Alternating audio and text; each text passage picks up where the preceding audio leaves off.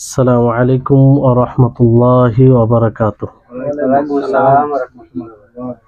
إن الحمد لله نحمده ونستعينه ونستغفره ونعوذ بالله من شرور أنفسنا وسيئات أعمالنا.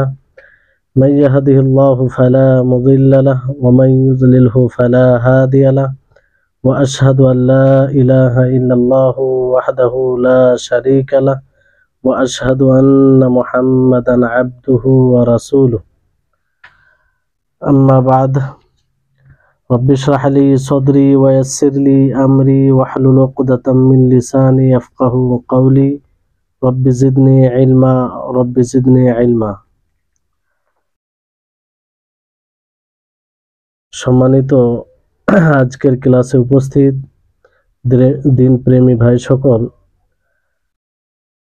সমস্ত প্রকারের প্রশংসা সেই মহান আল্লাহ তাবারক ওয়া তাআলার জন্য, যিনি আমাদের সকলকে উত্তমভাবে সৃষ্টি করেছেন এবং আমাদের ইহকাল ও পরকালের জন্য একটি সুন্দর বিধান নাজিল করেছেন। যে বিধানকে পালন করতে গেলে আমরা দুনিয়াতেও ভালো থাকব এবং আখেরাতে তার বিনিময় হিসেবে জান্নাত পাব। সেই আল্লাহর আমরা সংক্ষিপ্তভাবে প্রশংসা করি, সকলেই বলি আলহামদুলিল্লাহ। তারপরে আমাদের সকলে প্রাণ প্রিয় নবী করিম মুহাম্মদ মুস্তাফা সাল্লাল্লাহু আলাইহি ওয়াসাল্লাম, ওনার উপর অসংখ্য শান্তি ধারা বর্ষিত হোক, যিনি আমাদেরকে আল্লাহ তাবারক ওয়া তাআলার সন্তুষ্টির সমস্ত পথ দেখিয়ে দিয়েছেন এবং তার মধ্যেই সেই পদ্ধতিতেই আল্লাহ তাবারক ওয়া তাআলার সন্তুষ্টি লাভ করা যাবে। সেই আল্লাহর নবী, সেই নবীর উপরে অসংখ্য শান্তি ধারা বর্ষিত হোক এবং আমরাও তার উপরে দরুদ পাঠ করি। আল্লাহুম্মা সাল্লি আলাইহি আল্লাহুম্মা বারিক আলাইহি। আজকে ইনশাআল্লাহ আমরা নবী করিম মুহাম্মদ সাল্লাল্লাহু আলাইহি সাল্লামের একটি হাদিসকে জানব। আর আমরা সকলেই জানি যে বিগত কয়েক সপ্তাহ থেকে প্রায় আজকে 10 নম্বর দর্স, আর হাদিস আল আরবাঈন আন নওবীর 5 নম্বর হাদিস আমরা পড়তে চলেছি।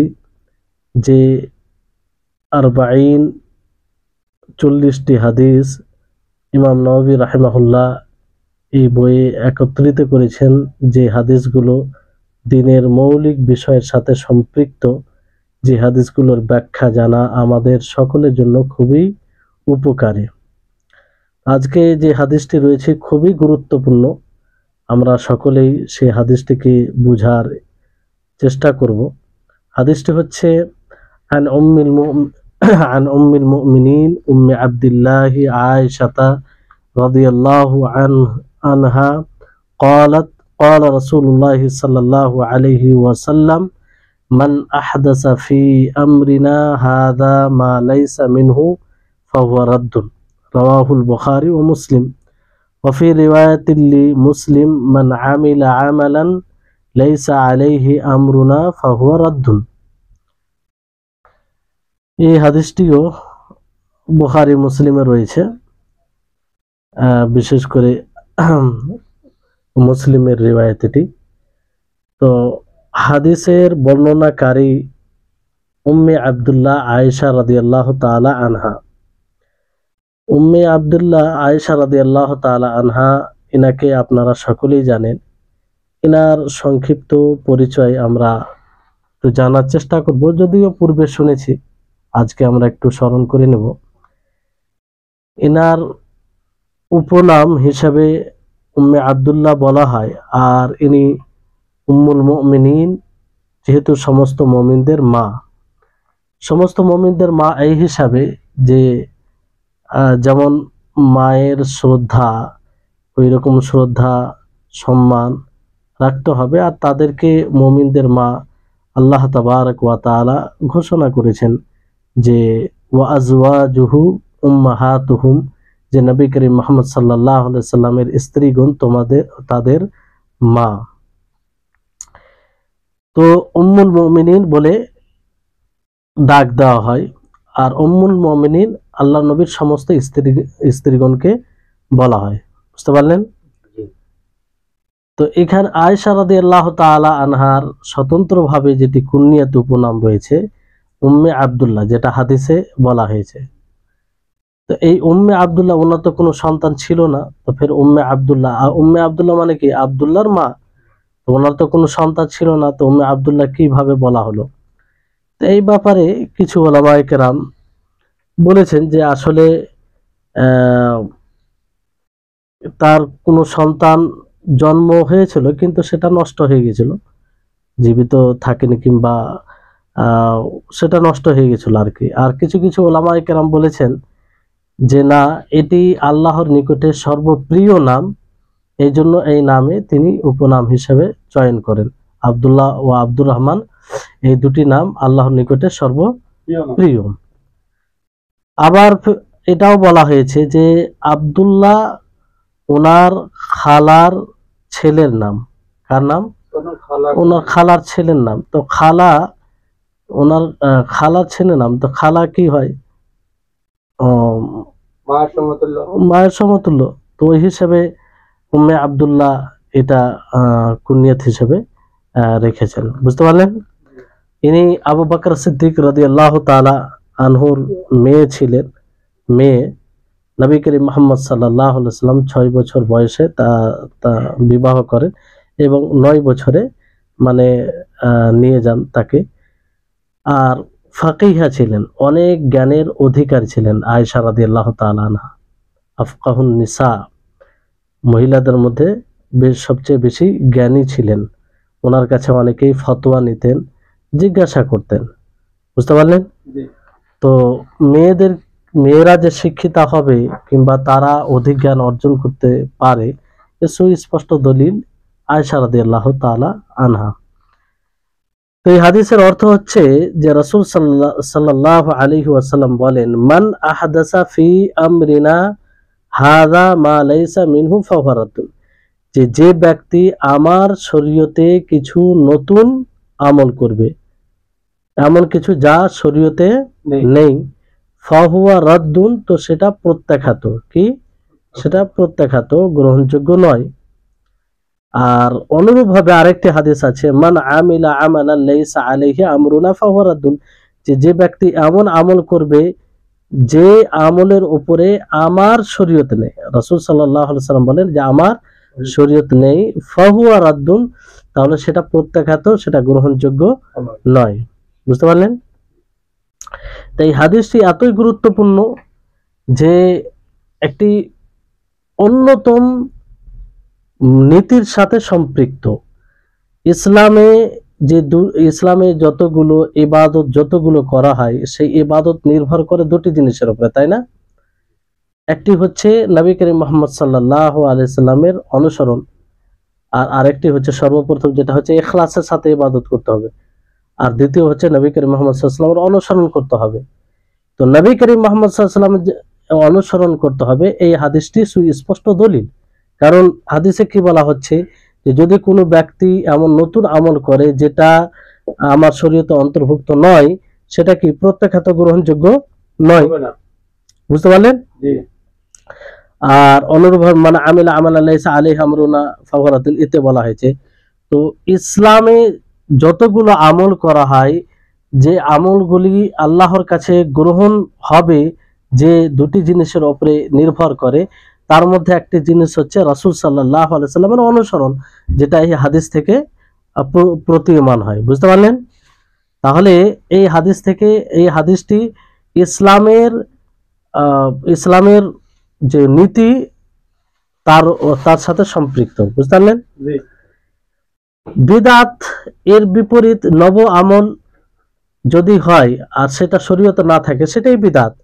তো বিদআত কাকে বলে এটি একটু ভালোভাবে আমাদেরকে জানতে হবে। বিদআত কাকে বলে, বিদআত কি জিনিস? বিদআতের সঙ্গে এইভাবে দিতে পারেন যে আল্লাহর দ্বীনে কোনো নতুন জিনিস সৃষ্টি করা, যার কোনো মূল নেই, আমভাবেও নেই, বিশেষভাবেও নেই। বুঝতে পারলেন?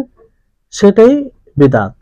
কিংবা বিনা কোনো দলিলে কোনো আমল করা, বিনা কোনো দলিলে আমল করা দ্বীনের অংশ ভেবে, এটি বিদআত। কিংবা এরকম ভাবে বলতে পারেন যে এমন পদ্ধতি তৈরি করা দিনের মধ্যে, কিংবা এমন পদ্ধতি নিয়ে আসা, ক্রিয়েট করা, নতুন এমন পদ্ধতিতে ইবাদত করা যে পদ্ধতি মুহাম্মদ সাল্লাল্লাহু আলাইহি সাল্লাম থেকে প্রমাণিত নয়, না তার মূল রয়েছে, যে নতুন পদ্ধতিতে ইবাদত করা হয় সেটার মূলও নাই এবং তার ধরনও নাই। বুঝতে পারলেন? তাহলে এই হচ্ছে বিদআতের সংজ্ঞা। তাহলে বিদআত কাকে বলে এটা বুঝতে পারলেন? অবশ্যই এটা একদম বিদআতের খণ্ডন করে, মানে যত প্রকারের বিদআত হবে সেটা গ্রহণযোগ্য হবে না, প্রত্যাখ্যাত হবে। এই হাদিস সুস্পষ্ট ভাবে এর উপরে মানে এর প্রতি প্রতীয়মান হয়। বিদআতে যতগুলো বিদআত রয়েছে সেই বিদআতে কিছু জিনিস আবশ্যিকভাবে থাকতে হবে, থাকবে। যেমন একটি হচ্ছে নতুন ভাবে তৈরি করা। কি? নতুন ভাবে তৈরি করা, মানে বিদআত তখনই হবে নতুন ভাবে যখন কোনো জিনিস তৈরি করে। সেই নতুন হতে পারে অতিরিক্ত করে, মানে একটা কোনো জিনিস আছে, আমল প্রমাণিত আছে, কিন্তু তাতে অতিরিক্ত বাড়াবাড়ি করে। বুঝতে পারলেন? কিংবা মূল হিসাবে সেটাকে তৈরি করে, মানে আসল তার কিছুই নেই, বাড়াবাড়ি কিছু নয়, নতুন ভাবে কোনো আমল তৈরি করা। বুঝতে পারলেন? তাহলে এই এই দুটি বিষয় থাকবে বিদআতে। বিদআতের কিছু বৈশিষ্ট্য রয়েছে, যেমন বিদআত থেকে একটি হচ্ছে বিদআত সব সময় শরীয়তের যে মাকসাদ রয়েছে, উদ্দেশ্য রয়েছে, তার পরিপন্থী হবে। তার কি হবে? পরিপন্থী হবে। শরীয়তের যেগুলো মাকাসিদ উদ্দেশ্য রয়েছে তার বিপরীত হবে। আর বিদআত সব সময় এমন জিনিস দ্বারা হবে, এমন কর্ম দ্বারা হবে যে কর্ম নবী করিম মুহাম্মদ সাল্লাল্লাহু আলাইহি সাল্লাম এর জামানায় হয়নি। বুঝতে পারলেন? যে আমলটি নবী করিম মুহাম্মদ সাল্লাল্লাহু আলাইহি সাল্লামের জামানায় হয়নি, এটা মানে স্পষ্ট হবে। যখনই বিদআত দেখবেন যে কোনো আমল বিদআত, তো সেই বিদআতকে যখন গভীরভাবে আপনি দেখবেন, তো সেটা দেখতে পাবেন যে সেই আমলটি না নবীর যুগে হয়েছে, না সাহাবায়ে কেরাম রিজওয়ানুল্লাহি আলাইহিম আজমাইনদের যুগে হয়েছে। বুঝতে পারলেন? তারপরে মানে বিদআতকে একত্রিত করে তিনটি বিষয়, তিনটি মৌলিক বিষয়। সেটা হচ্ছে যে এমন জিনিস দ্বারা আল্লাহর নৈকট্য লাভ করা যেটা শরীয়তে নেই, যেটা শরীয়তে নেই। যখনই মানুষ আল্লাহর নৈকট্য লাভ করবে, আল্লাহর সন্তুষ্টি লাভ করতে চাইবে এমন পদ্ধতি দ্বারা অথবা এমন আমল দ্বারা যে আমল শরীয়তে নেই, তাহলে এই ধারণে যারা ইবাদত করে তাদের মধ্যে বিদআত বেশি পাওয়া যায়। মানে যেটা যারা এটা খেয়াল রাখে না যে শরীয়তে এই সম্পর্কে কি আছে। বুঝলেন? দ্বিতীয় বিষয় হচ্ছে যে দিনের যে একটা সিস্টেম নিজাম আছে তার বাইরে তারা থাকে। যারাই বিদআতি করে দিনের সিস্টেমকে ফলো করে না, দিনের নিয়মকে ফলো করে না। বুঝতে পারলেন? আর এমন পদ্ধতি, এমন উপায় তারা অবলম্বন করে, যারা বিদআতি হয়, যারা বিদআত করে, যে সব উপায়গুলো বিদআতের দিকে মানুষকে নিয়ে যাবে, বিদআতের দিকে মানুষকে নিয়ে যাবে। বুঝতে পারলেন? এরকম অনেক কিছু আছে। তো এই হচ্ছে বিষয়। তো এই হাদিসে বলা হয়েছে মান আহদাসা ফি আমরিনা হাদা মা লাইসা মিনহু ফাহুয়া রাদ্দুন।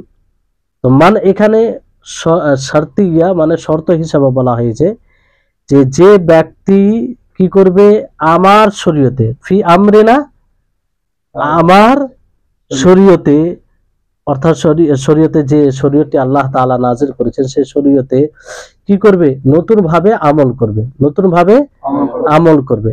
হাজা মানে আমার এই শরীয়তে, হাজা বলতে আল্লাহর নবী এটা বুঝাতে চেয়েছেন যে নবী করিম মুহাম্মদ সাল্লাল্লাহু আলাইহি সাল্লামের যুগে যে শরীয়ত নাজিল হয়েছে, হাজা সব সময় উপস্থিত জিনিসের জন্য বলা হয়। বুঝতে পারলেন?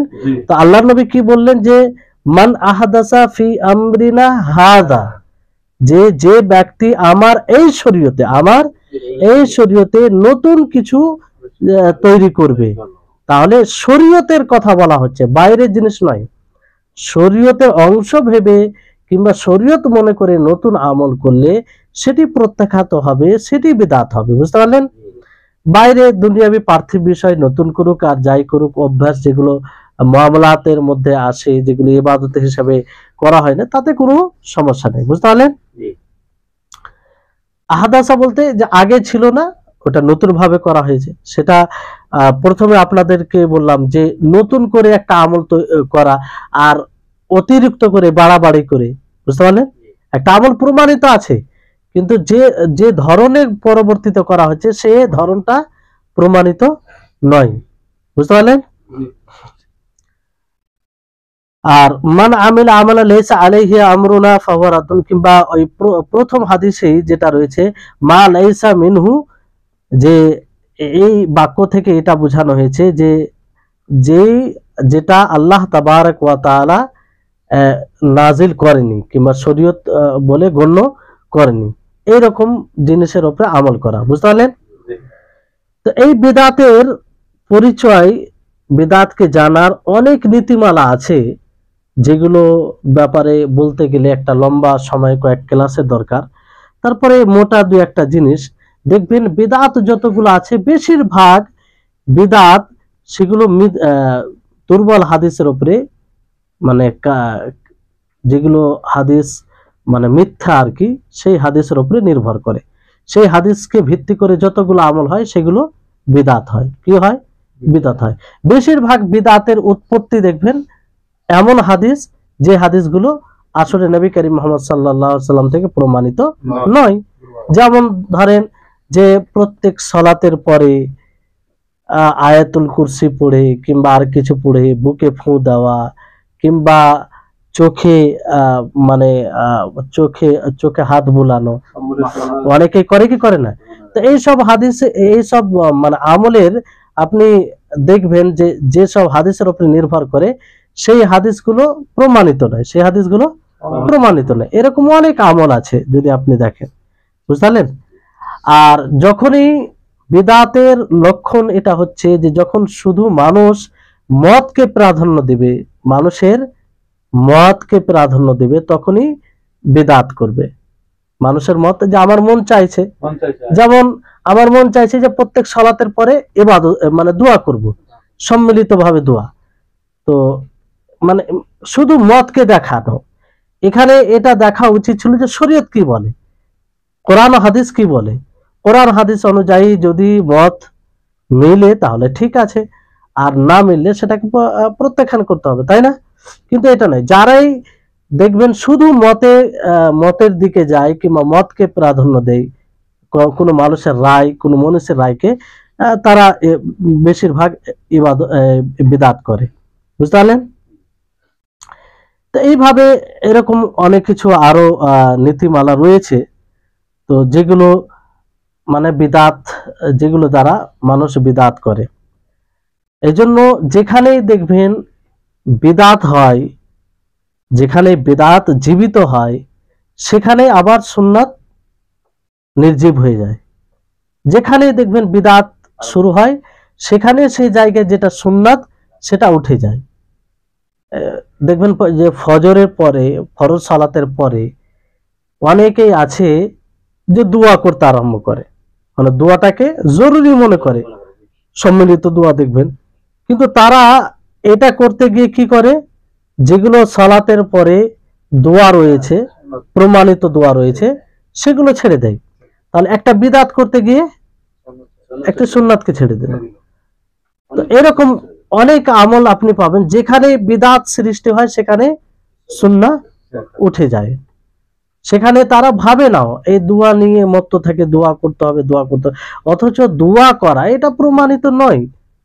কোনো মানুষ যদি করে সালাতের পরে দোয়ায়ে মাসুর যেগুলো রয়েছে আল্লাহর নবী থেকে প্রমাণিত, সালাতের পরে যেসব দোয়াগুলো আল্লাহ নবী পাঠ করতেন সেগুলো পড়ার পরে কেউ দোয়া করলে করতে পারে, কিন্তু দোয়াটাকে প্রাধান্য দেওয়ার, এগুলো ছেড়ে দেওয়া, তার মানে কি? হ্যাঁ, যে এটাকে প্রাধান্য সেগুলোকে ছেড়ে, তো এটা তো বিদআতের জায়গা। তো বিদআতের কারণে একটা সুন্নাহ উঠে গেল। এটা যখনই যেখানে বিদআত সৃষ্টি হবে সেখান থেকে সুন্নাত উঠে যাবে, এটাই মানে দেখা যায় বেশি। বুঝতে পারলেন? আর যখনই কোনো মানুষ বিদআতের সাথে সম্পর্ক রাখবে, বিদআতের সাথে সে মানে নিজেকে জড়াবে, তখনই তার হৃদয়ে সুন্নাহর মর্যাদা দুর্বল হবে। কি হবে? সুন্নাহর মর্যাদা দুর্বল হবে। দেখবেন অনেক মানুষ যারা বিদআত করে, আপনি রাসূলের দোহাই দিয়ে তাদেরকে বলবেন, রাসূলের দোহাই দিয়ে যে আল্লাহর রাসূল বলেছেন, সুস্পষ্ট হাদিস, প্রমাণিত হাদিস, তারপরেও তারা সেটা উপেক্ষা করে। কেন? এই যে বিদআত করে, বিদআত করে করে তাদের হৃদয় থেকে যে একটা সুন্নাহর মর্যাদা হবে, সুন্নাহর প্রতি একটা ভালোবাসা হবে, সেটা আর থাকে না। বুঝতে পারলেন? তো এগুলো হচ্ছে এক প্রকারের মানে আযাব, এক প্রকারের কি আযাব, যে বিদআত করলে সুন্নাহর মর্যাদা তার হৃদয় থেকে উঠে যায়। এর চাইতে বড় আযাব আর কি? তো এই জন্য এই হাদিসকে ইসলামের নীতিমালার মধ্যে একটি নীতি মনে করা হয়। আর এই হাদিসের উপরে যদি আমরা আমল করি, সরাসরি এই আয়াতের উপরে আমল হবে যে আল্লাহ তাবারক ওয়া তাআলা সূরা আনআমের 153 নম্বর আয়াতে বলেন, ওয়া আন্না হাযা সিরাতি মুস্তাকিমান ফাত্তাবিউহু ওয়া লা তাত্তাবিউস সুবুলা ফাতাফাররাকা বিকুম আন সাবিলি, যে এটা আমার সরল পথ, এটা আমার সরল পথ, তোমরা তারই অনুসরণ করো। তো এটা আমার সরল পথ মানে কি? আল্লাহ নবী যা দিয়ে গেছেন, যা বলে গেছেন, যা করে গেছেন, এটাই হচ্ছে সরল পথ। তো এটার অনুসরণ করা মানে সরল পথের অনুসরণ করা। এটার বাইরে অনুসরণ করা মানে কি? কোনো নতুন আমল করা, হ্যাঁ, আল্লাহ নবী যা আমল করেছেন তাতে অতিরিক্ত বাড়াবাড়ি করা, অথচ সেটা প্রমাণিত নয়, অথচ সেটা প্রমাণিত নয়। তো এটা তাহলে সিরাতে মুস্তাকিম ছাড়া অন্য কোনো পথের অবলম্বন করা হবে। বুঝতে পারলেন? তাহলে সিরাতে মুস্তাকিমে যদি থাকতে হয়, তাহলে আমাদের জন্য জরুরি হবে যে আল্লাহ নবী যা দিয়ে গেছেন, যা বলে গেছেন, যা করে গেছেন, সেটারই অনুসরণ করতে হবে। বুঝতে পারলেন? এই জন্য বলা হয় যে দুটি আমল ছাড়া আমাদের, দুটি বিষয় ছাড়া আমাদের আমল গ্রহণযোগ্য হবে না। কি দুটি বিষয়? একটি হচ্ছে ইখলাস, আর একটি হচ্ছে মুতাবাআতে রাসূল, রাসূল সাল্লাল্লাহু আলাইহি সাল্লামের অনুসরণ। বুঝতে পারলেন? আর আরো কিছু বিষয় রয়েছে যে বিদআতের কিছু প্রকার রয়েছে। যে যেমন একটি বিদআত বলা হয় বিদআতে হাকিকি। বিদআতে কি বলা হয়? হাকিকি। বিদআতে হাকিকি মানে এটা যে একটা আমল মানে পুরোপুরি ভাবে নতুন ভাবে করা, যার কোনো মূল শরীয়তে নেই। বুঝতে পারলেন? যেমন ধরুন যে জন্মদিবস পালন করা, এটা এর কোনো আসল আছে? নবী সাল্লাল্লাহু আলাইহি সাল্লামের যুগে কেউ পালন করেছে? করেনি, না সাহাবায়ে কেরাম করেছেন। তো এটা কি বিদআতে হাকিকি, মানে এটা সরাসরি পুরোটাই মুখতারা, পুরোটাই তৈরি করা হয়েছে। বুঝতে পারলেন? এরকম অনেক উদাহরণ রয়েছে। যেমন কেউ যদি বলে যে না, আমি বিবাহ করব না, কারণ এটা দ্বারা আমি আল্লাহর সন্তুষ্টি লাভ করব, এটা দ্বারা সন্তুষ্টি লাভ করব, তাহলে এটা বিদআতে হাকিকি হবে, কারণ এটার কোনো মূল নেই। না এই ধরনের আমল রাসূল সাল্লাল্লাহু আলাইহি সাল্লাম করেছেন, না সাহাবায়ে কেরাম করেছেন। বুঝতে পারলেন? আর একটি হচ্ছে বিদআতে ইজাফি, আল বিদআতুল ইজাফিয়া, এটা সেই বিদআতকে বলা হয় যার মূল শরীয়তে রয়েছে, মানে আসলটা প্রমাণ রয়েছে, কিন্তু সেটা ধরন পরিবর্তন করে দেওয়া হয়, সেখানে ওই ইবাদতকে অন্য পদ্ধতিতে পালন করা হয়। যেমন তাহিয়াতুল মসজিদ প্রমাণিত কি প্রমাণিত নয়? যে মসজিদে যখনই প্রবেশ করবেন, মসজিদে প্রবেশ করার সময় কি করার পরে কি করবেন? 2 রাকাত সালাত আদায় করবেন, আর সেটাকে তাহিয়াতুল মসজিদ বলা হয়। এবার যদি কেউ মনে করে না, আমি বাড়িতে প্রবেশ করছি, তো যখনই আমি বাড়িতে প্রবেশ করব 2 রাকাত সালাত পড়ব। তো আসল যেটা কারণ, যেমন মসজিদে প্রবেশ করতে গেলে 2 রাকাত সালাত পড়তে হবে, সেটা কারণ যে প্রবেশ করা, তো ওই কারণটা এখানে পাওয়া যাচ্ছে, কিন্তু এটা এটা প্রমাণ আছে? নেই। হ্যাঁ, তো এরকম অনেক আছে। যেমন ধরুন যে যে কোনো সালাত, যোহর সালাত, কিংবা যোহরের আগে পিছে যে সুন্নাহগুলো রয়েছে, সুন্নাহ রাতেবা রয়েছে, ঠিক আছে, সে সুন্নাহ রাতেবা এটা প্রমাণিত আছে। এবার যেমন জোহর ফরজ সালাতের পূর্বে কি রয়েছে 4 রাকাত, তাই না? কেউ যদি 6 রাকাত আদায় করে তাহলে সুন্নাহ রাতেবা নিয়তে এটা হবে হবে না। তো এই হচ্ছে বিষয়।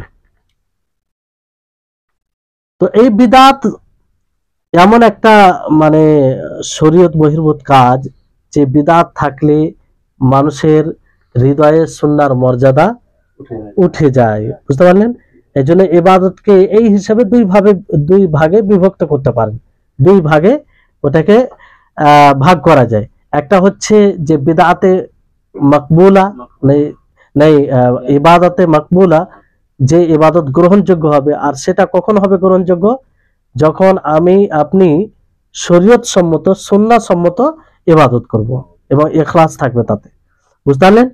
আর যখনই এর বাইরে হবে সেটা কি হবে? ইবাদতে বাতিলা, মানে গায়র মাকবুলা, সেটা গ্রহণযোগ্য হবে না। যেমন আল্লাহর নবীর হাদিস, মানে হাদাসা ফি আমরিনা হাযা মা লাইসা মিনহু ফাহুয়া রাদ্দুন। তাহলে এই হাদিসটি অতি গুরুত্বপূর্ণ। বুঝতে পারলেন? এই হাদিসটিকে আমাদের সকলকে ভালোভাবে বোঝা দরকার আছে। এবার আসুন যে এই হাদিস থেকে কিছু উপকারিতা আমরা জানার চেষ্টা করি। এমনি তো এর উপকারিতা যদি দেখি, এই হাদিস থেকে কি কি শিক্ষা পাওয়া যায়, তাহলে অনেক রয়েছে।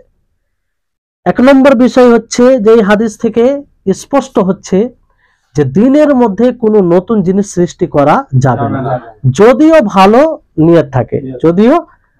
নিয়ত থাকে। কোনোভাবেই দিনের মধ্যে নতুন কোনো আমল করা যাবে না, সেটা হারাম। কি হারাম? বুঝতে পারলেন? কারণ এটা শয়তানের আমল। আর সেটা মানে পুরোপুরি হতে পারে যে একটা আমল আল্লাহর নবীর যুগে কিছুই ছিল না, পরবর্তীতে একদম নতুন ভাবে শুরু করা, সেটাও হারাম। আর কোনো সিফাত গুণ আলাদা পদ্ধতি তৈরি করে করা, এটাও হারাম। এক কথায় যে শরীয়তে কোনো ভাবেই নতুন কিছু অ্যাড করা যাবে না, যেটা শরীয়তের অংশ নয়। বুঝতে পারলেন? আর ইবাদতের জন্য যেটা আপনারা শুনলেন যে রাসূল সাল্লাল্লাহু আলাইহি সাল্লামের মুতাবা অনুসরণ জরুরি, তাই না? তো এই অনুসরণ বিশেষ করে 6টি বিষয়ে খেয়াল রাখতে হবে। কয়টি বিষয়ে? 6টি বিষয়ে। 6টি বিষয়ে যদি আমরা তার অনুসরণকে খেয়াল রাখি, তো ইনশাআল্লাহ আমাদের ইবাদত বিদআত মুক্ত হবে। কি মুক্ত হবে? বিদআত মুক্ত হবে। সেই 6টি বিষয় কি? 1 নম্বর হচ্ছে কারণ, যে কি কারণে আমরা ইবাদত করছি, আল্লাহ নবী কি কারণে করেছেন আর আমরা কি কারণে করছি। বুঝতে পারলেন? দ্বিতীয় হচ্ছে যে কোন শ্রেণীর ইবাদত, আল্লাহ নবী কোথায় কোন শ্রেণীর ইবাদত করেছেন আর আমরা কোন শ্রেণীর করছি। তারপরে পরিমাণ, আল্লাহ নবী কতটা পরিমাণ করেছে, আমরা কতটা পরিমাণ করছি, তার পরিমাণ অনুযায়ী হতে হবে। তারপরে ধরন, আল্লাহ নবী কিভাবে করেছেন, আমরা কিভাবে করছি, দুটোতে অনুসরণ হচ্ছে কি হয় না। বুঝতে পারলেন? সময়, যেগুলো সময়ের ইবাদত রয়েছে, আল্লাহ নবী যে সময় করেছেন সে সময় আমাদেরকে করতে হবে। তারপরে জায়গা, যে জায়গাতে আল্লাহ নবী ইবাদত করেছেন সে জায়গাতে করতে হবে, অর্থাৎ যে ইবাদতের সম্পর্ক জায়গার সাথে। এবার উদাহরণ সহ আমরা জানার চেষ্টা করি, তাহলে বিষয়টি স্পষ্ট হবে। বুঝতে পারলেন? প্রথম হচ্ছে যে কারণে আমরা নবী করিম মুহাম্মদ সাল্লাল্লাহু আলাইহি সাল্লামের অনুসরণ করব। যেমন যে ওই যে তাহিয়াতুল মসজিদের উদাহরণ দিলাম, যে আল্লাহর নবী মুহাম্মদ সাল্লাল্লাহু আলাইহি সাল্লাম তিনি বলেন যে যখনই তোমাদের মধ্যে কোনো ব্যক্তি মসজিদে প্রবেশ করবে সে 2 রাকাত সালাত আদায় করার, যতক্ষণ না আদায় করবে ততক্ষণ বসবে না। তো এটা মসজিদে প্রবেশ করার সময় বলা হয়েছে। এবার যদি কেউ নিজের বাড়িতে প্রবেশ করার সময় 2 রাকাত সালাত আদায় করে, তাহলে এখানে কারণে অনুসরণ করা হচ্ছে? হয় না। তো অতএব কেউ বাড়িতে প্রবেশ করে তাহিয়াতুল বাইত হিসেবে, বাড়ির তাহিয়া হিসাবে যদি কেউ 2 রাকাত সালাত আদায় করে, এটা গ্রহণযোগ্য হবে? হবে না। বুঝতে পারলেন? তো এরকম ভাবে প্রত্যেকটি ইবাদতে মানে কারণে আল্লাহ নবী যে কারণে যেখানে ইবাদত করেছেন সেই কারণে ঠিক নবী করিম মুহাম্মদ সাল্লাল্লাহু আলাইহি সাল্লামের অনুযায়ী হতে হবে। এরকম উদাহরণ অনেক রয়েছে। তারপরে যেমন ঈদের একটি বিশেষ কারণ আছে, সেটা সময়ের সাথেও মানে করা যেতে পারে, একটা একটা করে উদাহরণ যথেষ্ট হবে। তৃতীয় বিষয় হচ্ছে যে শ্রেণী, কোন শ্রেণীর আমরা ইবাদত করছি। যেখানে আল্লাহর নবী যে শ্রেণীর দ্বারা ইবাদত করেছেন সেই শ্রেণীর দ্বারা ইবাদত করতে হবে। কোরবানি, আল্লাহর নবী কোরবানি করতে কি বলেছেন? বাহিমাতুল আনআম থেকে, তাই না? উট, গরু, ছাগল, মেষ, ভেড়া, এগুলো না। কেউ যদি মুরগি কোরবানি করে হবে? হবে না। কেন হবে না? কারণ নবী করিম মুহাম্মদ সাল্লাল্লাহু আলাইহি ওয়াসাল্লাম বলেননি, নবী সাল্লাল্লাহু আলাইহি ওয়াসাল্লাম কোরবানি করেননি তার। তো এখানে শ্রেণীর মধ্যে অনুসরণ না থাকার কারণে এটা গ্রহণযোগ্য হবে না। বুঝতে পারলেন? তৃতীয় যেটা হচ্ছে যে পরিমাণে, আল্লাহ নবী যতটুকু ইবাদত করেছেন ততটুকু আমাদেরকে ইবাদত করতে হবে, তার অতিরিক্ত করলে হবে না। কেউ যদি উযুতে কবার ধৌত করা জরুরি? একবার ওয়াজিব, 3 বার সুন্নাহ, তাই না? কেউ যদি মনে করে না এটা তো ভালো জিনিস, আমি 4 বার ধৌত করব, কবার ধৌত করব? 4 বার ধৌত করব, তাহলে তার ওযু গ্রহণযোগ্য হবে? হবে না। কেন হবে না? মুহাম্মদ সাল্লাল্লাহু আলাইহি ওয়াসাল্লাম 4 বার করেনি, বরং 3 বার করেছেন। তাহলে আল্লাহর নবী যতটা করেছেন ততটা। যেমন সলাতুল জানাজা রয়েছে, সলাতুল জানাজা রয়েছে, সেখানে মানে 4 তাকবীর, ওই জায়গায় যদি কেউ 5 তাকবীর দেয় হবে? হবে না, কারণ পরিমাণে অনুসরণ হচ্ছে না। বুঝতে পারলেন? চতুর্থ বিষয় হচ্ছে যে ধরনে আল্লাহ নবী যেভাবে ইবাদত করেছেন সেভাবে ইবাদত করতে হবে। বুঝতে পারলেন? যেভাবে তিনি ইবাদত করেছেন সেভাবে ইবাদত করতে হবে। তার বিপরীত হলে সেই ইবাদতটি গ্রহণযোগ্য হবে না, তার পরিপন্থী হলে। যেমন এক ব্যক্তি মসজিদে যখনই সালাত আদায় করে, সে সালাত আদায় করার সময় রুকু করার আগেই সাজদা করে। কি করে? রুকু করার আগেই সাজদা করে। আসলে কি আছে? আগে রুকু তারপর সাজদা, তাই না? কেউ যদি মনে করে না সাজদা তো এটা বেশি, এতে বেশি ইবাদত বাস্তবায়ন হয়, যেহেতু আল্লাহ নবী কি বলেছেন? আকরাবু মা ইয়াকুনুল আবদু মির রাব্বিহি ওয়া হুয়া সাজিদ, যে সাজদারত অবস্থায় বান্দা বেশি আল্লাহর নিকটে থাকে। তো আমি রুকুর আগে সাজদা করিনি, তাই না? তো হবে? হবে না। কেন হবে না? আল্লাহ নবী এইভাবে ইবাদত করেনি। তবে অনেক উদাহরণ আপনি ফিট করতে পারেন। তারপরে 5 নম্বর বিষয় হচ্ছে যে সময়ে যেসব ইবাদতের সম্পর্ক সময়ের সাথে, যে সময় আল্লাহ নবী ইবাদত করেছেন সে সময় আমাদেরকে ইবাদত করতে হবে। বুঝতে পারলেন? প্রত্যেক ফরজ সালাত কখন পড়তে হবে? সময় শুরু হওয়ার পরে। বুঝতে পারলেন? এবার কেউ যদি যোহর সালাত আদায় করে সূর্য ঢলে যাওয়ার পূর্বেই, সূর্য ঢলেনি এখনো মধ্য স্থান থেকে, তার পূর্বেই যোহর সালাত পড়ে, তো হবে? অনুরূপ ভাবে মাগরিব সালাত কেউ যদি আদায় করে সূর্য অস্তমিত হওয়ার পূর্বেই, তার সালাত হবে? হবে না। কারণ এটা এইভাবে সালাত আদায় করতে গিয়ে নবী সাল্লাল্লাহু আলাইহি সাল্লামের সাথে অনুসরণ হচ্ছে না, মোতাবা হচ্ছে না। বুঝতে পারলেন? এরকম আরো অনেক উদাহরণ মানে রয়েছে, একটাই উদাহরণ যথেষ্ট হবে বোঝার জন্য। 6 নম্বর বিষয় হচ্ছে যেসব ইবাদতের সম্পর্ক জায়গার সাথে, আল্লাহ নবী যে জায়গায় ইবাদত করেছেন সে জায়গায় ইবাদত করতে হবে। ইতিকাফ এর জায়গা কোথায়? মসজিদ, তাই না? যেখানে জুমা সহ সালাত হয় সেখানে ইতিকাফ করতে হবে। কেউ যদি মনে করে যে আমি বাড়িতে ইতিকাফ করব, হবে? হবে না। কারণ এতে নবী সাল্লাল্লাহু আলাইহি সাল্লামের মুওয়াফাকাত অনুসরণ হচ্ছে না। তাহলে এই যে 6টি বিষয় কি কি বললাম, কে বলতে পারবে?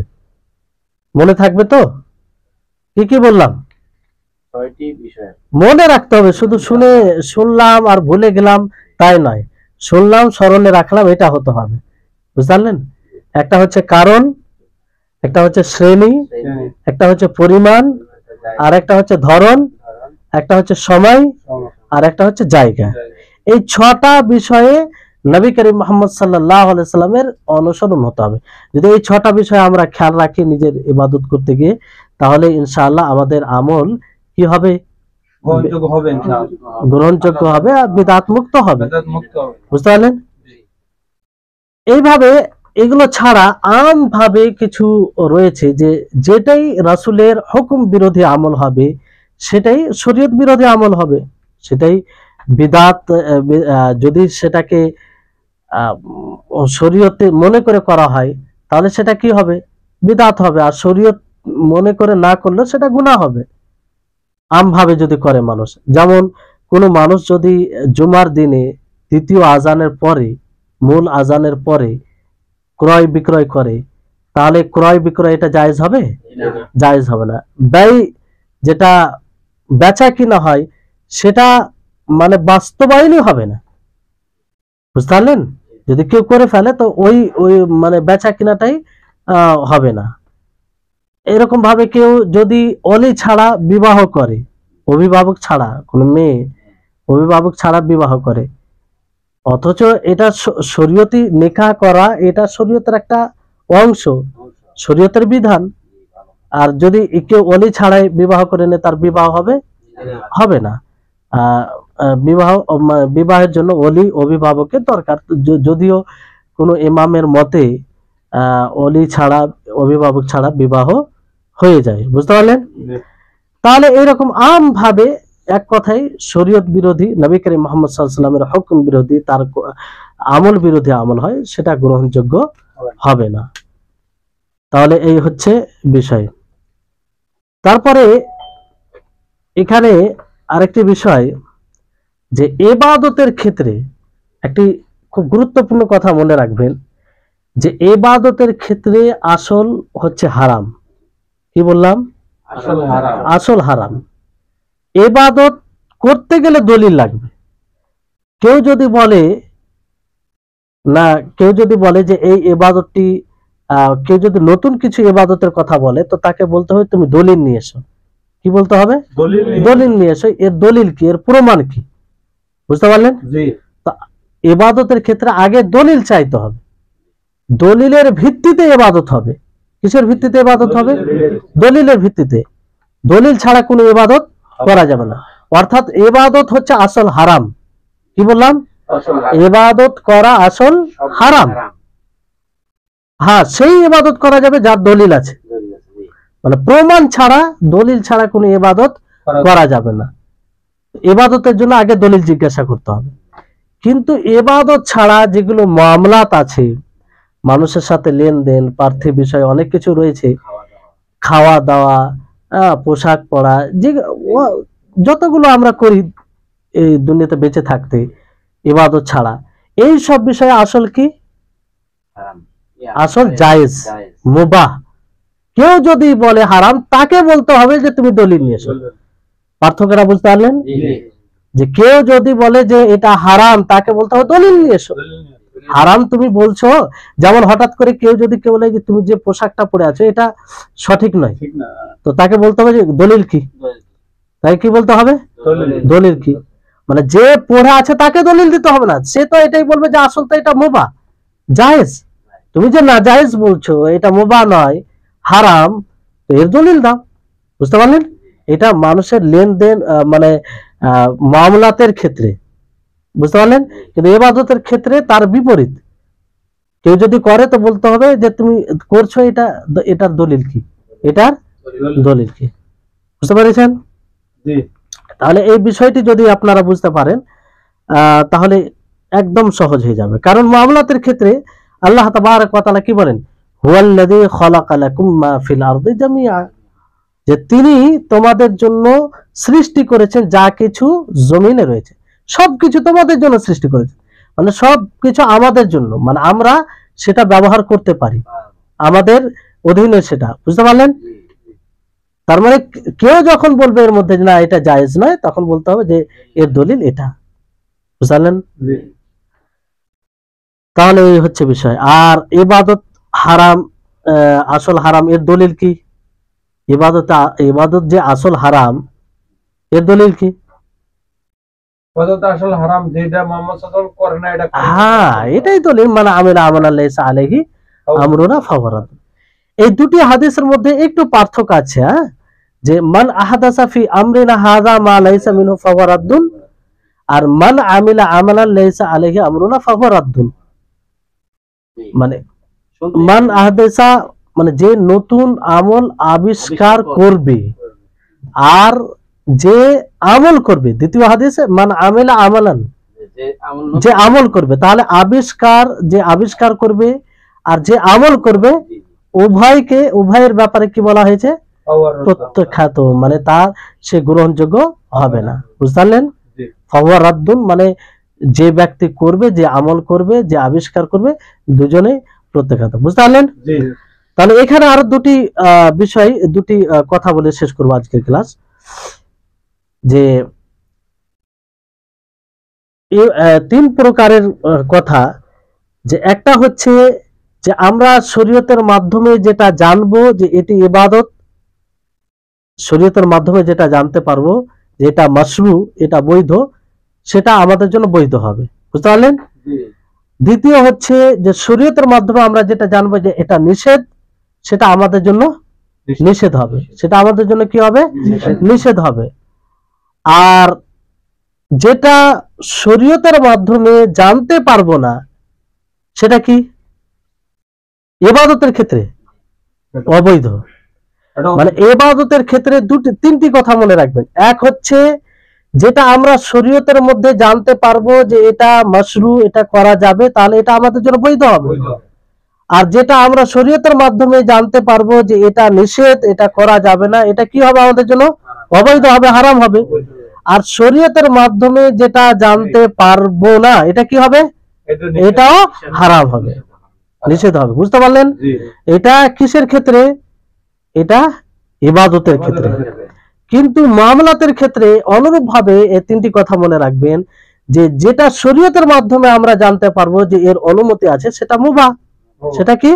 মুবাহ। যেমন নবী করিম মুহাম্মদ সাল্লাল্লাহু আলাইহি ওয়াসাল্লাম অনেক কিছু খেয়েছেন যেটা ইবাদত নেই, ইবাদত নয়, কিন্তু জায়েজ। দ্বিতীয় হচ্ছে যেটা আমরা শরীয়তের মাধ্যমে জানতে পারবো যে এটা নিষেধ করা হয়েছে, এটা কি করা হয়েছে? নিষেধ করা হয়েছে, তাহলে সেটা আমাদের জন্য নিষেধ, সেটা আমাদের জন্য কি? নিষেধ। যেমন হিংস্র পশুর মাংস খাওয়া, এটা কি শরীয়তের মাধ্যমে আমরা জানতে পেরেছি কি পারিনি যে এর মাংস খাওয়া যাবে না, এটাও নিষেধ। আর যেটা আমরা শরীয়ত থেকে জানতে পারবো না, শরীয়ত যে ব্যাপারে কিছুই বলেনি, শরীয়ত যে ব্যাপারে কিছুই বলেনি, তাহলে সেটা কি হবে? হালাল হবে। পার্থক্যটা বুঝতে পারছেন? সেই একই কথা, পূর্বের কথার একটু বিস্তারিত ব্যাখ্যা হলো আর কি। বুঝতে পারলেন? যে ইবাদতে আসল হারাম, ইবাদতে আসল হারাম করতে গেলে দলিল লাগবে, আর মুআমালাতে আসল মুবাহ, কেউ যদি বলে করা যাবে না, তাকে দলিল লাগবে। বুঝতে পারলেন? তাহলে এই হচ্ছে হাদিস। খুব সংক্ষিপ্ত ভাবে আপনাদের সকলে এই হাদিসটির সকলের সামনে এই হাদিসটির ব্যাখ্যা করা হলো।